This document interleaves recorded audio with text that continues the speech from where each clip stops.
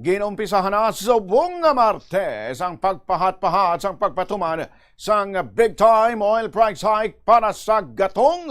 Ininang ikasam nga sunod-sunod nga semana nga pagtaas sa gasolina, samtang ika-11 naman nga sunod-sunod nga semana para sa saka preso sa diesel kag kerosene. Sunod sa ginpagawa nga data sang Department of Energy, yari ang range sa sang gindugang nga preso sa kada litro sang produktong petrolyo.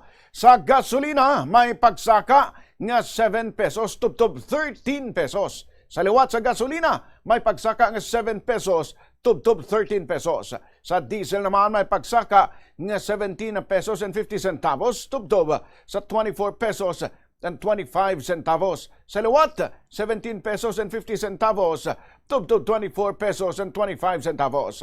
Samtang sa kerosene naman, may pagsaka nga 32 pesos tubtob sa 38 pesos and 50 centavos. Sa liwat, 32 pesos tubtob 38 pesos and 50 centavos. Sa ginrelease nga data sang Department of Energy, ginlista man ang nagkalain-lain nga mga kompanya nga nagpasugot sa amat-amat lang nga adjustment. Halimbawa sa Petron, sa mga adlaw, Marso 10, may saka nga 11 pesos and 60 centavos sa kada litro sang diesel. Sa Marso 11 naman, magasaka sang 3 pesos and 80 centavos sa kada litro. Kag sa Marso 12, magasaka gihapon sang 3 pesos and 80 centavos sa kada litro. Sa gasolina naman sa Petron, 5 pesos and 20 centavos sa kada litro ang saka subong nga adlaw. Pagka Miyerkules o kon Marso 11 buwas, 1 peso and 80 centavos ang dugang sa kada litro. Kag sa Marso 12 adlaw sang Huwebes, may pagsaka man nga 1 peso and 80 centavos. Sa kerosene naman sa Petron, 19 pesos ang kada litro ang saka subong nga adlaw.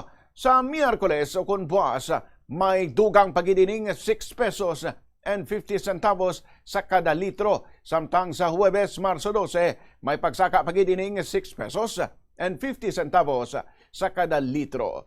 Sunod kay Energy Secretary Sharon Garin sa iya pagkatubang sa House Committee on Ways and Means, lain-lain ang adjustment sa kada kompanya sang langis kag wala man sang gahom ang ila ahensya nga i-regulate ang among mga kompanya. Ang staggered o kunamat-amat o kunang pahat-pahat nga pagpatuman sang price hike ang kasunod sang konsultasyon sang Department of Energy sa oil industry players agon nga hindi man magulpihan ang mga motorista sa gulpiyada nga saka.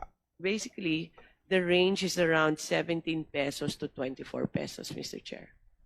Increase for this coming week, which is Tuesday up to Monday next week, Mr. Chair. So, why the differences? It's different companies, and we are stripped of powers to regulate the price, Mr. Chair.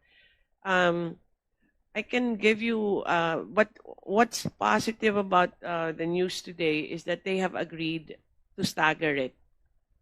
Stagger in the sense that in the whole week, hindi isang bagsakan na 20 pesos kaagad tomorrow. Some companies have agreed na 250 to 50 lang. Some companies have agreed 10 pesos for tomorrow. So it's all different. That's why it's hard to monitor, but it's all different. We'll publish the rates, Mr. Chair.